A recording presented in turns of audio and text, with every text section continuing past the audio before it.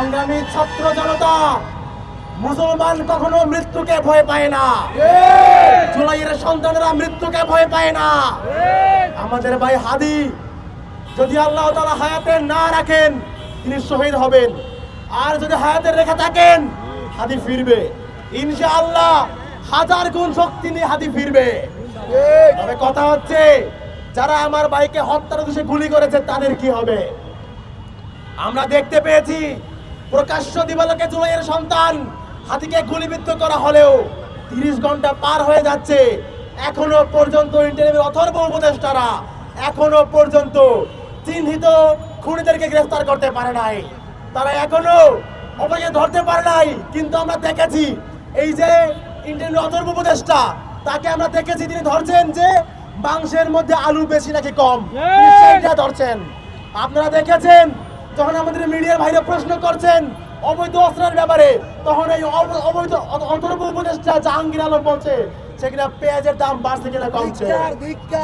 এই ধরনের অথর্ব উপদেষ্টা, অথর্ব ইন্টারিমের অথর্ব উপদেষ্টা, আপনাদের হুঁশিয়ার করে বলতে চাই, যারা এই জুলাইয়ের সন্তানদেরকে হত্যার চেষ্টা করবে, যারা এই জুলাইকে বিতর্কিত করতে চেষ্টা করবে, তাদেরকে স্পষ্ট বলতে চাই আপনারা একজন হাদিকে গুলি করবেন কিন্তু কয়জন হাদিকে রুখে দেবেন?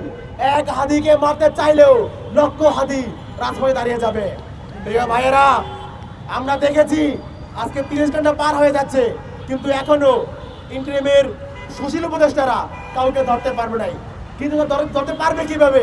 এই যে ইন্টারিম, এটা গঠিত হয়েছে সুশীল উপদেষ্টা দিয়ে। সুশীল উপদেষ্টা আপনাদের বলতে চাই, আপনাদের সুশীলতা এগুলো দিয়ে আপনারা নরম সরম টকশো করতে পারবেন, বান্ডিল বান্ডিল কালো টাকা পড়ে পড়তে পারবেন, কিন্তু দেশ চালাইতে পারবেন না। আপনারা কি দেখেন না আমাদের ভাই গুলিবিদ্ধ হয়েছে, অথচ সোশ্যাল মিডিয়ায় খুনি আওয়ামী লীগের জারজ সন্তানগুলো আজকে এখন উল্লাস প্রকাশ করছে। আপনারা কি দেখেন না? আপনারা কি জানেন না এই জারজ সন্তানগুলোর বাপ মা কোথায় আছে?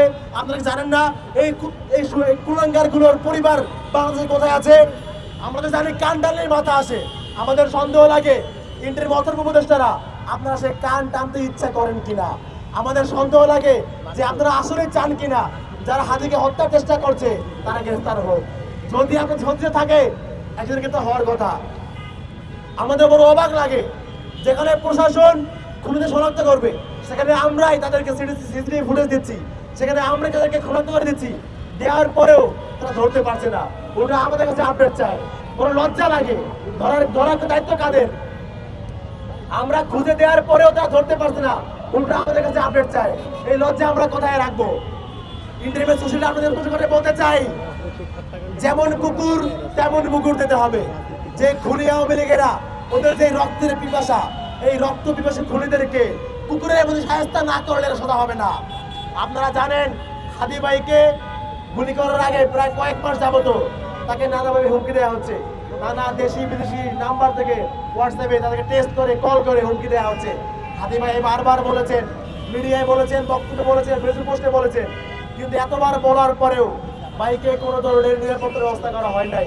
আজকে হাদির পরে আমাদের ডাকসু হাদি ক্যাম্প সহ আমাদের অনেককেই এরকম হোয়াটসঅ্যাপে হুমকি দেওয়া হচ্ছে। এখন আমরা কার কাছে নিরাপত্তা চাইবো?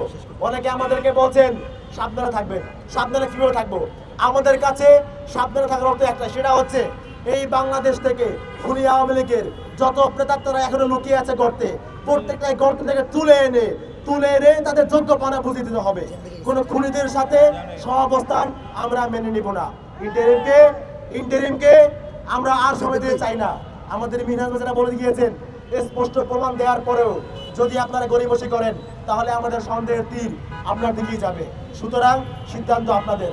আপনারা কি অবিলম্বে আমাদের জুলাইয়ের প্রেরণা হাদিকে তারা হত্যা চেষ্টা করেন তাদেরকে খুঁজে বের করবেন, সেটাকে পরবর্তী অভ্যুত্থান যেন আপনাদের দিকেই যায় সেই ব্যবস্থা করবেন।